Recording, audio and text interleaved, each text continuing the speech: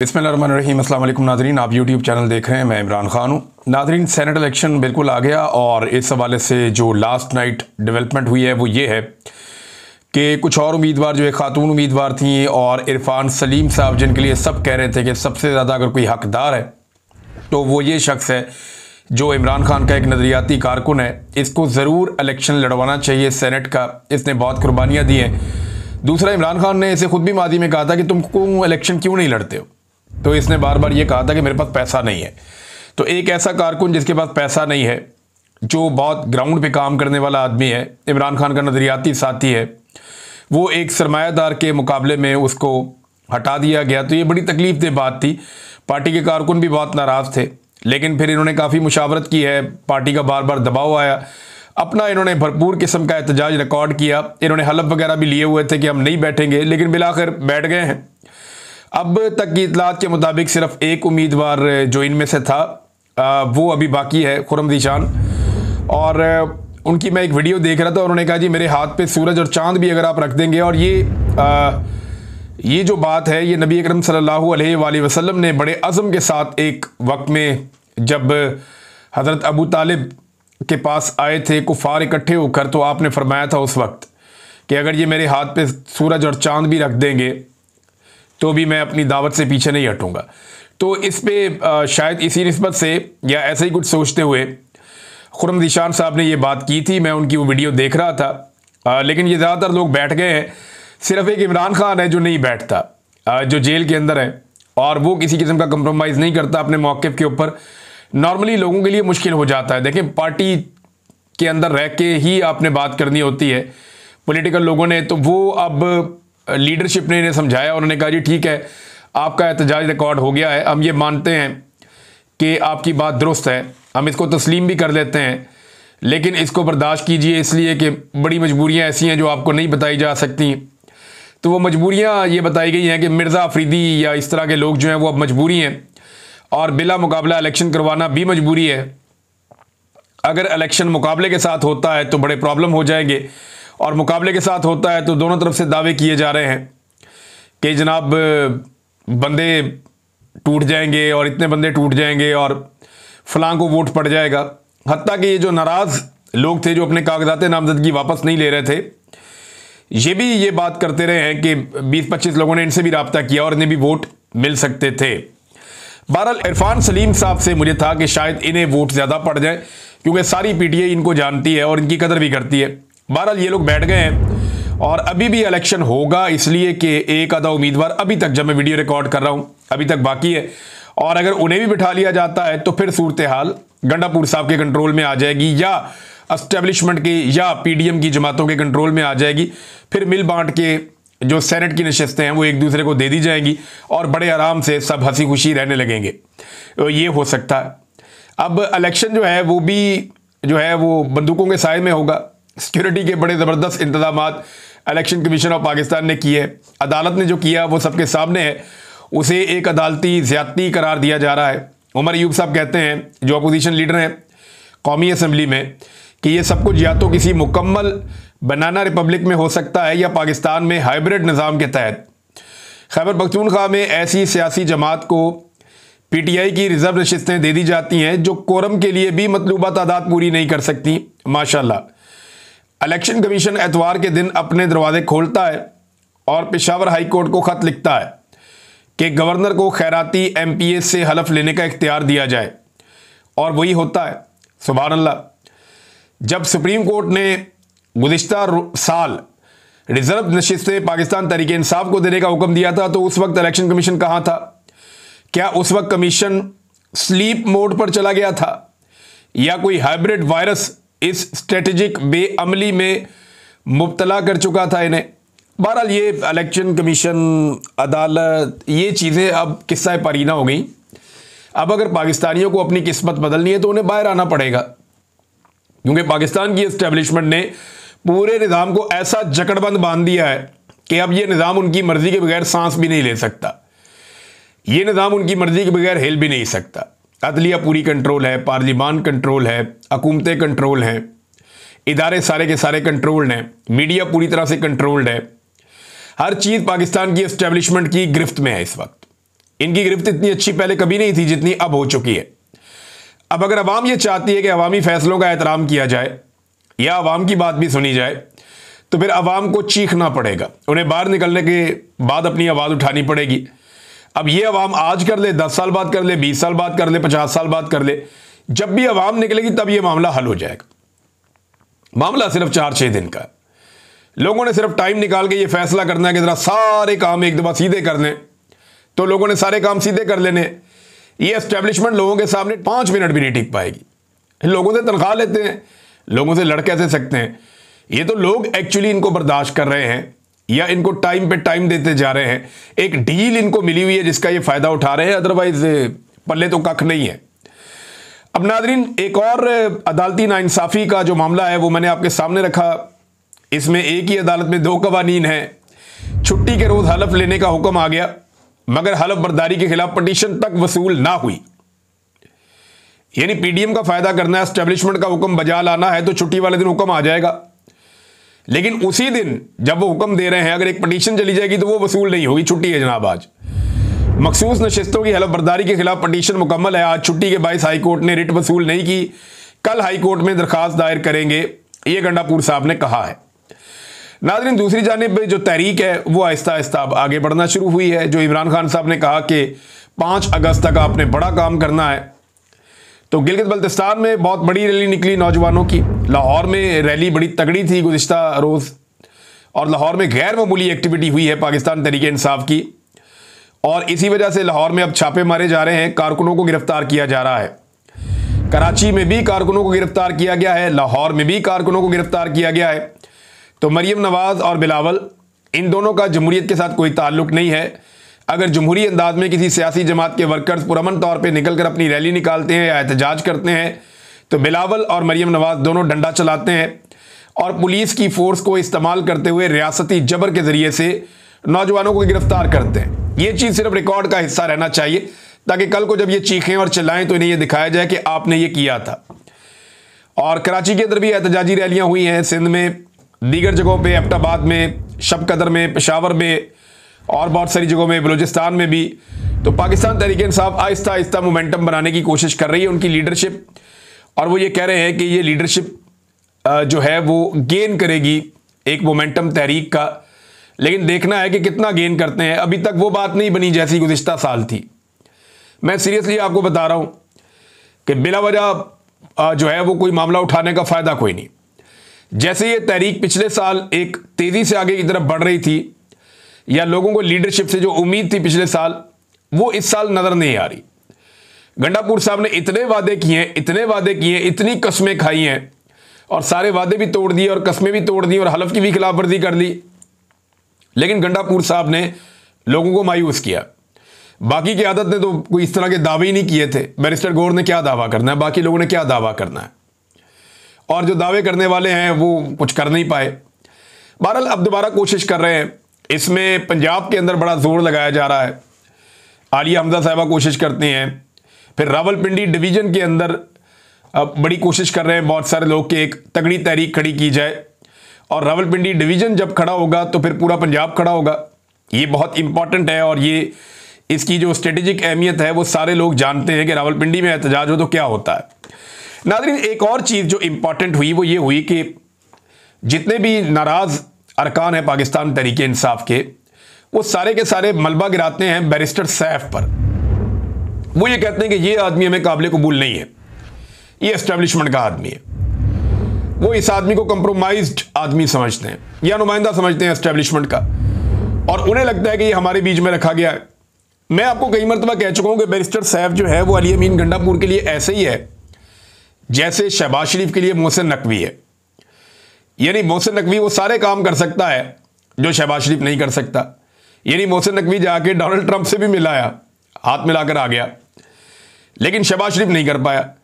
इसी तरह बैरिस्टर सैफ जो है जब दिल करता है अडियाला चला जाता है, जब दिल करता है किसी को मिल लेता है, मामला कर लेता है। लेकिन बैरिस्टर सैफ जो है उसका जो चीफ है या जो उसका सरबराह है अली अमीन गंडापुर, वो अडियाला जाके इमरान खान साहब से मुलाकात नहीं कर पाता। तो ये बिल्कुल बेवकूफ़ किस्म की सीटें हैं। ये सिर्फ नशिस्तों पर बिठाए गए हैं, निज़ाम चलवाए जा रहे हैं मोहसिन नकवियों से और बैरिस्टर सैफों से। और निज़ाम यही लोग चला रहे हैं और इन्हीं के खिलाफ तमाम पाकिस्तान तहरीक इंसाफ के नाराज अरकान हैं। नाज़रीन, हमारे बड़े अच्छे जर्नलिस्ट दोस्त हैं अली ज़ई, और ये वीलॉग्स करते हैं, बड़ा खुलकर बोलते हैं, दबंग आदमी हैं। उनका ये कहना है कि मेरे घर पर पुलिस नफरी लेकर छापे मार रही है। इनके भाई को भी कत्ल किया था कुछ अर्सा पहले, इंतहाई अफसोसनाक और काबिल मजम्मत हरकत हुई थी, और अब उनके घर पर पुलिस की नफरी लगातार छापे मार रही है। मैं ना दहशतगर्द हूँ ना कातिल हूँ, अलबत्ता मेरे भाई को 2 महीने पहले कत्ल किया गया है। इस वक्त मेरे घर पर पुलिस की भारी नफरी मौजूद है। अली अमीन गंडापुर, फैसल अमीन साहब, ये तहरीक इंसाफ की हुकूमत है? ये अली ज़ई ने सवाल उठाया है। अब इसका जवाब क्या है किसी के पास? सबको आइडिया है कि कितनी का हुकूमत है अली अमीन गंडापुर की खैबर पख्तूनख्वा में, और कितनी बात उनकी सुनी जाती है, ये तो सब जानते हैं। एस्टेब्लिशमेंट जो कहती है वो इस तरीके से मामले को आगे लेकर चले जाते हैं, और उसके अलावा वो कुछ कर नहीं सकते। अदील हबीब साहब हैं, जर्नलिस्ट हैं, सियासत.pk को रन करते हैं।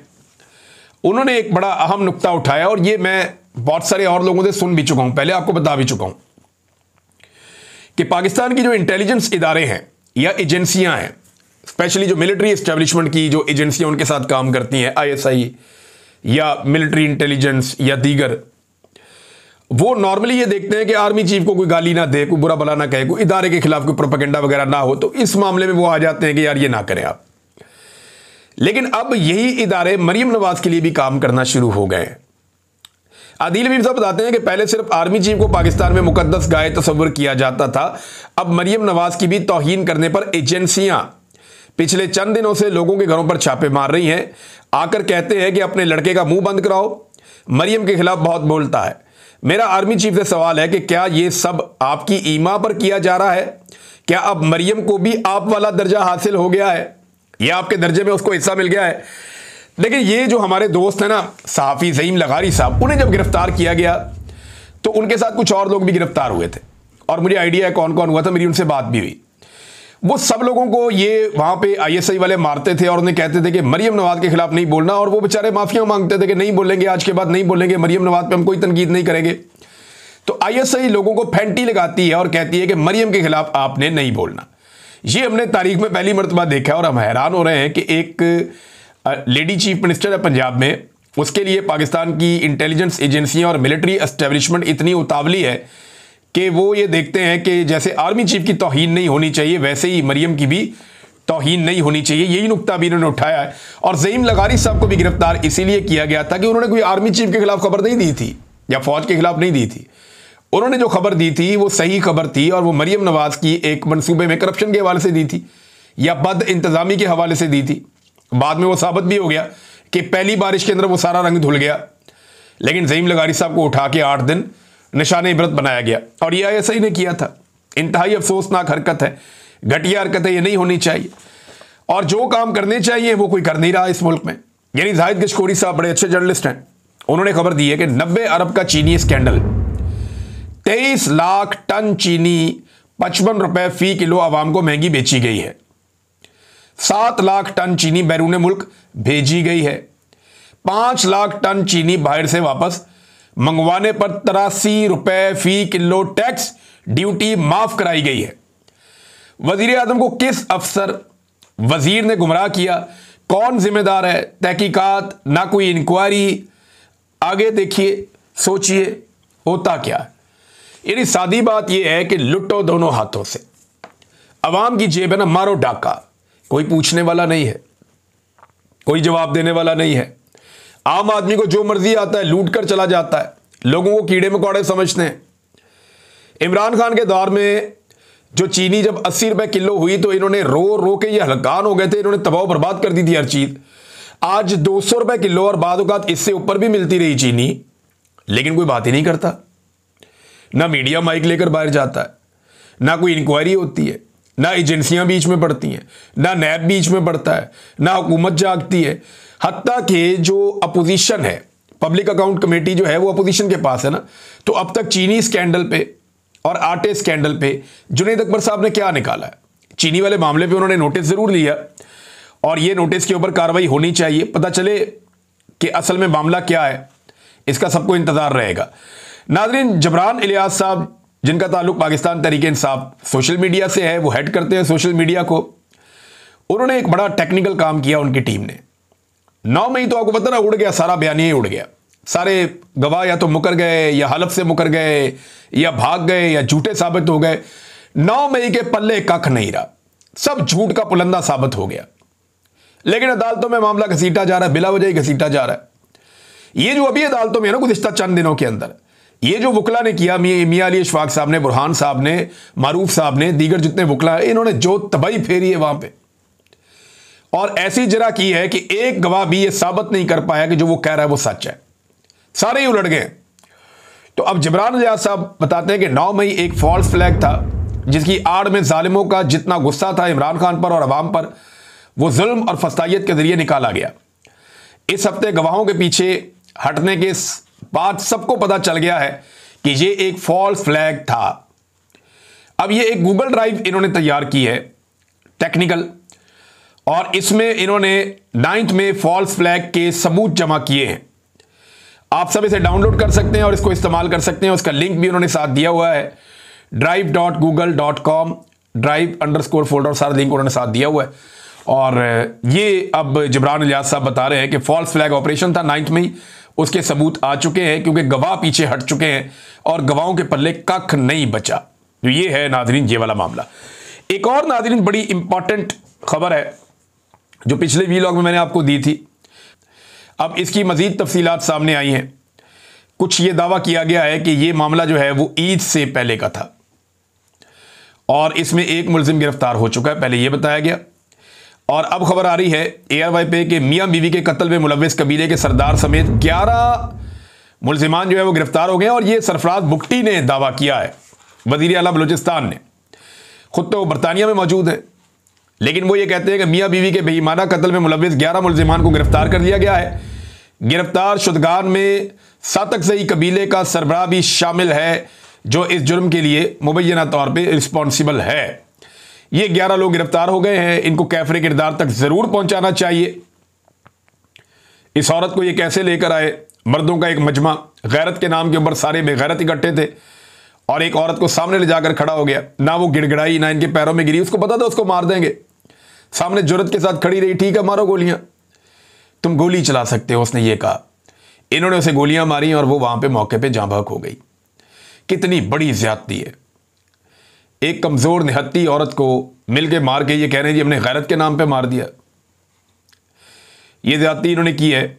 और तर्जुमान बलूचिस्तान हुकूमत शाहिद रिंद ने बताया कि वीडियो में नजर आने वाले अफराद की शनाख्त के लिए डाटा नादरा भेजा गया है, जिसमें मुतल्लिका कबाइल और मुलव्वस अफराद की शनाख्त हो गई है, जिसे फिलहाल जाहिर नहीं कर रहे। ये बंदे हम बाकी सारे भी पकड़ लेंगे। ये जनाब इस केस के अंदर हुआ। एक और इंतहाई अफसोसनाक खबर है और वो गाजा से आ रही है नाजरीन। गाजा में इस वक्त सूरत हाल ये है कि 84 लोग मजीद शहीद हुए हैं गुज़िश्ता 24 घंटों में। इसराइल रोज़ाना की बुनियाद पे 80 से 100 अफराद को शहीद कर देता है। ज़्यादातर उन लोगों को शहीद करता है जो खुराक की तलाश में, पानी की तलाश में, दवाइयों की तलाश में है। और जहाँ पे लोग पनाह लिए हुए हैं वहाँ पे भी लोगों को शहीद करता है। जो इमदादी कारकुन है उन्हें भी शहीद किया जा रहा है। और गजा में इस वक्त जब मैं आपसे बात कर रहा हूँ तो लेटेस्ट रिपोर्ट्स के मुताबिक शदीद तरीन गजाई किल्लत पैदा हो चुकी है। कुछ बच्चों के हवाले से भी उनकी शहादतों की इतला आ रही है कि वो जाँबर नहीं हो पा रहे क्योंकि खुराक मौजूद नहीं है। छोटे बच्चे भी मर रहे हैं और ये बड़ी अफसोसनाक बात है। और हज़ारों ज़िंदगियाँ इस वक्त ख़तरे में हैं, लोग फाका कर रहे हैं। पूरी दुनिया को इंसानियत के नाते इस वक्त इसराइल पे दबाव डालना चाहिए कि जो खुराक और अद्वियात और ज़रूरियात ज़िंदगी की जो चीज़ें हैं वो भिजवाई जाए गजा के मकीनों के लिए और फौरी तौर पे मुस्तकिल एक जंगबंदी की जाए। डोनाल्ड ट्रंप ने यह दावा किया था कि यह जंगबंदी की जाएगी। नेतन्याहू डोनाल्ड ट्रंप से मिला, उसके बाद नेतन्याहू ने डोनाल्ड ट्रंप को खुश करने के लिए उनका नाम डाल दिया कि जनाब इन्हें अमन के नोबेल इनाम के लिए मैं नामजद करता हूँ। यही काम आसिम मुनीर साहब ने भी किया था, यही काम नेतन्याहू ने भी किया, लेकिन नेतन्याहू ने जाकर जंगबंदी नहीं की और ना उस ऐलान के ऊपर अमल दरामद किया जो डोनाल्ड ट्रंप ने दावा किया था कि अब गजा में जंगबंदी हो जाएगी। इसी जंगबंदी के दावे के साथ डोनाल्ड ट्रंप ने इलेक्शन लड़ा था। दीगर भी कुछ दावे थे डोनाल्ड ट्रंप के, लेकिन पूरे नहीं हुए। बहरहाल ये एक इंतहाई अफसोसनाक सूरत हाल है गजा में।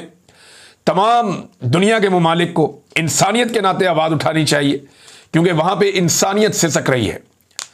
आप मज़हब, फ़िरका, जो रीजन है, ये सारी चीज़ें बाद में आती हैं। जो वहाँ पे मारे जा रहे हैं वो इंसान और इंसानों के बच्चे हैं, और वो जीने का उतना ही हक रखते हैं जितना आप बाकी लोग रखते हैं।